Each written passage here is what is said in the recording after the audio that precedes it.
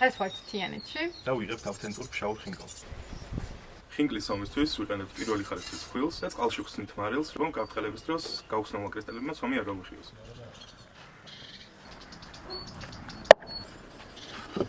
კონტაქტურად გადავაკრათ კრინი და დავასვენოთ გადაზოვამდე. ჭრით ხავს მაქსიმალურად წვრილად. გადავდივართ ფარშის შეზავებაზე. საქონლის ხორცის რა ნაწილს უფრო მეტად იყენებ ხოლმე ხინკალის ფარშისთვის? ყოველთვის ვიყენებ ხოლმე მკერდის ნაწილს, იმიტომ რომ კარგად არის გადანაწილებული ცხიმის და ხორცის ფენა და თუ ცოტა ნაკლები აქვს ცხიმი ხორცის ნაჭერს, ვიყენებ ხოლმე საქონლის მუცლის კონს. ფშაურ ხინკალში არ ემატება არანაირი სუნელი და წვანილი, მხოლოდ შავი კილპილი და მარილი.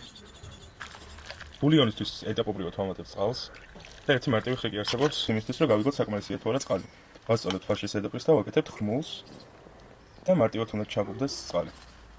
იმისთვის, რომ ცომი მაქსიმალურად ერთგვაროვანი და პრიალა გამოვიდეს, ვაკეთებთ გადაკეცვებს.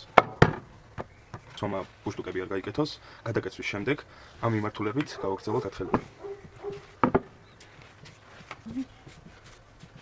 დაახლოებით 5-6 გადაკეცვის შემდეგ ცომს საბოლოოდ გადავკეცავთ, ოღონდ აღარ ვაბრტყელებთ და ისევ გრინავთ, ვასვენებთ კიდევ 20 წუთი ნახევარი საათი.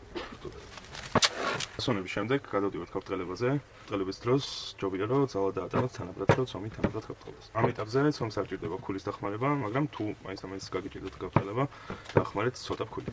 მოჭრის მომენტში ვამატებთ ცოტა ფქვილს, ვატრიალებთ ცომს და მეორე მხარესაც ვიმეორებთ ფქვილის მოყოლს. ჭრით უკიდურესი კუთხიდან მიყოლებით, ისე რომ მაქსიმალურად ახლოს იყოს და არ დავკარგოთ ცომი.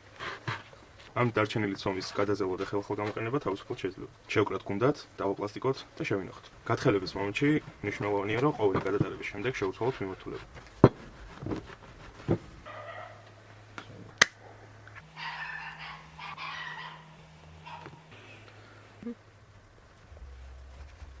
დაუწმილი ყალიბად შეიძლება შევიდე.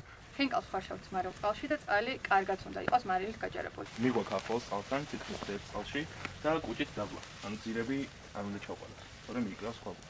შემოვლევის მთავარი ამბავი არის, რომ ხის უკანა მხრიდან ჩაგვაქვს ძირამდე და ვეხებით ძირს და ისევ ატრიალებთ, რომ არ გავხიოთ ხინკალი. მორევის მეორე მეთოდია, ვიღებთ ქვავს და ისევ ატრიალებთ, რომ ძირზე არ მიიგრას ხინკალი.